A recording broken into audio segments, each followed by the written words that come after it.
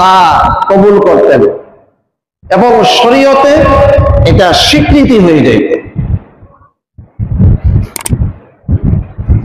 আমরা অনেক সময় যাদের সন্তান হয় না, একেবারেই সন্তান হয় না, অথবা শুধু মেয়ে সন্তান হয়,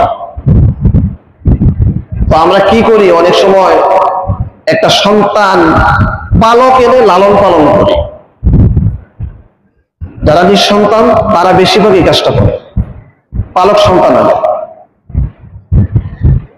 এখন পালক সন্তান যদি ছেলে হয়, যে ছেলেটা আমরা পালক আনছি, এই সন্তানটা কি ছেলে বাবু,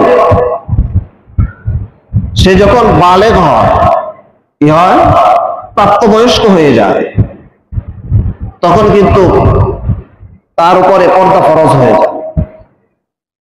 ওই যে এই ছেলে বাবুকে যেই বাবা মা লালন পালন করেছেন, এই ছেলে বাবু আর ওই যে তার মা মাঝখানে পর্দা, প্রাপ্তবয়স্ক হওয়ার পর থেকেই তাদের মাঝখানে কি হয়ে যায়, পর্দার বিধান হয়ে যায়।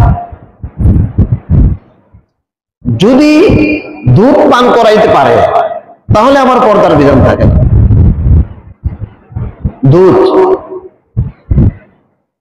এখন এই দুধ পান করানোটা 1 ফোঁটা হোক 2 ফোঁটা হোক, দুধ পান করাইলে দুধ মা হয়ে যায়। কি মা হয়ে যায়? দুধ মা। আর দুধ মার সাথে শরীয়তে কোনো পর্দার বিধান নেই। মানে রাসূল করিম সাল্লাল্লাহু আলাইহি ওয়াসাল্লামের কথা শরীয়তের দলিল, শরীয়ত আল্লাহ এটা কবুল করেন। এই প্রসঙ্গে যেহেতু মাসালাটা আসছে, মনোযোগ দিয়ে শুনি। রাসূল করিম সাল্লাল্লাহু আলাইহি ওয়াসাল্লাম যখন ছোট, আর আরবের ভাষা শুদ্ধ না, মিসরি ভাষা, বিভিন্ন মক্কার ভাষা, যেটা মক্কা শহরে বিভিন্ন দেশ থেকে, বিভিন্ন গোত্র থেকে এখানে বসবাস করে, একটা হযবরল ভাষা। আপনারা বলেন ঢাকার ভাষা, এটা কি বইয়ের ভাষা না মিসরি ভাষা? এই ভাষা কিন্তু বই পুস্তকে নাই।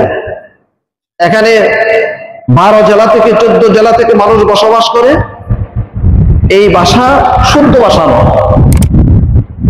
মক্কার ভাষাটা এরকম।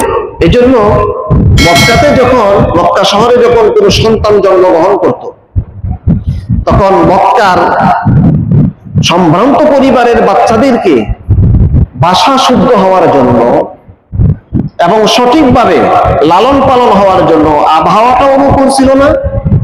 এই জন্য মক্কা শহরের বাহিরে পাঠাই দিতেন।